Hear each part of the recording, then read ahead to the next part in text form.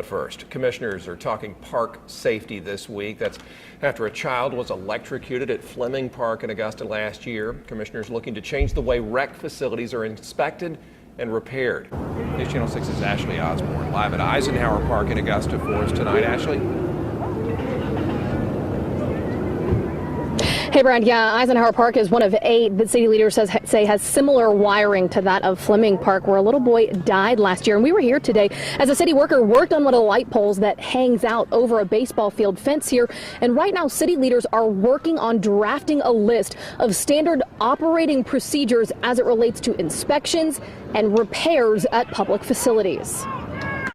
Tuesday, a bucket truck hoisted a city worker up to a baseball field light at Eisenhower Park. The city says Eisenhower is one of 8 that has similar electrical wiring to Fleming Park. In October, 12-year-old Melquan Robinson died after he touched a fence at Fleming that was charged with electricity. The problem?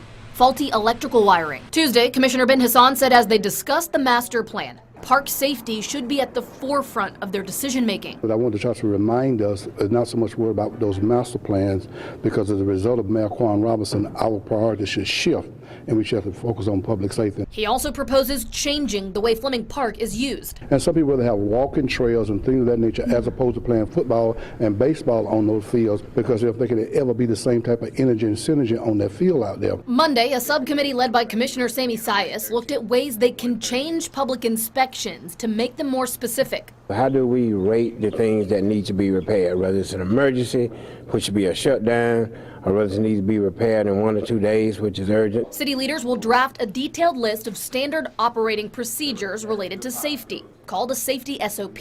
And the SOP will get down into the nitty-gritty details of how many times you inspect this particular item, whether we need an outside expert to come in and look at it. Where do the policies lack right now?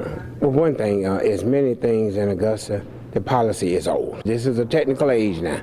Things change rapidly. We are revamping our policy. Some things that are existing will still be there, but we'll have new ones. The proposed changes will be presented at the next subcommittee meeting. That's on May 13th. And Commissioner Sias says if you see an issue at a park or a public facility, report it. If it's something that you think is an emergency, don't hesitate. Just call 911. If it's something that just doesn't look right, you can call 311, or you can look up the facility manager on the city's website and report it that way. Reporting live from Augusta, Ashley Osborne, WJBF News Channel 6.